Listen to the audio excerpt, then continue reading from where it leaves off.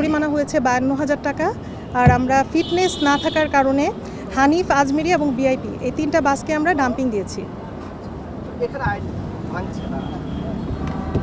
প্রথমত সবচেয়ে বড় যে ব্যত্যয় সেটা দেখেছি যে বেশিরভাগ দূরপাল্লার বাসগুলোই রুট ভায়োলেশন করছে। আপনারা জানেন যে এটা ঢাকা ময়মনসিং হাইওয়ে, এখানে এয়ারপোর্ট আছে, রেল স্টেশন আছে, এটা খুবই ব্যস্ততম একটা সড়ক।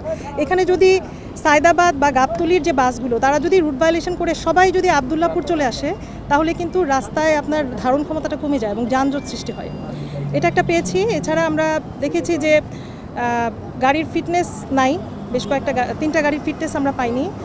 কিছু মোটরসাইকেল আমরা পেয়েছি যারা হেলমেট ছাড়া চালাচ্ছিল গাড়ি। আপনারা জানেন যে প্রতি বছর গাড়িতে একটা ট্যাক্স দিতে হয়, ট্যাক্স টোকেন বলা হয় যেটাকে। ট্যাক্স টোকেনের মেয়াদও উত্তীর্ণ এরকম কিছু গাড়িও আমরা পেয়েছি। বিআরটিএতে হচ্ছে মান্থলি মিটিং হয়, সেখানে মালিকদেরকে সবসময় বিষয়টা বলে দেওয়া হচ্ছে, কিন্তু আমরা দেখা যাচ্ছে যে এখানে একটা চোর পুলিশ খেলার মতো চলছে। আমরা তাদেরকে বলছি মোনালিসা হেভি ফ্লো 15 পিস প্যাকেটের সাথে 8 পিসের একটি প্যাকেট একদম ফ্রি।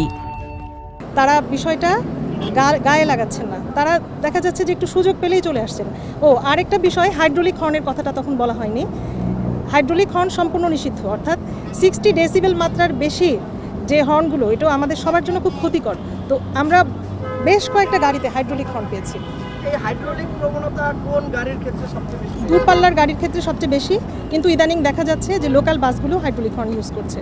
আপনারা জানেন যে কিছুদিন আগেই, কয়েক মাস আগে এখানে লা মেরিডিয়ান থেকে এয়ারপোর্ট উত্তরা পর্যন্ত একটা নীরব এলাকা কিন্তু ঘোষণা করা হয়েছে। একটা এনজিও কাজ করেছে বেশ কয়েকদিন ধরে, সবাইকে লিফলেট বিতরণ করা হয়েছে।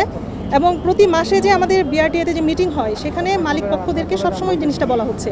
এখন আসলে হাইড্রোলিক হর্ন ঢাকা শহর কেন, পৃথিবীর কোথাও আসলে এটা ব্যবহার করা এটা নিরাপদ না, এটা সবাই ইতিমধ্যে জেনে গেছে।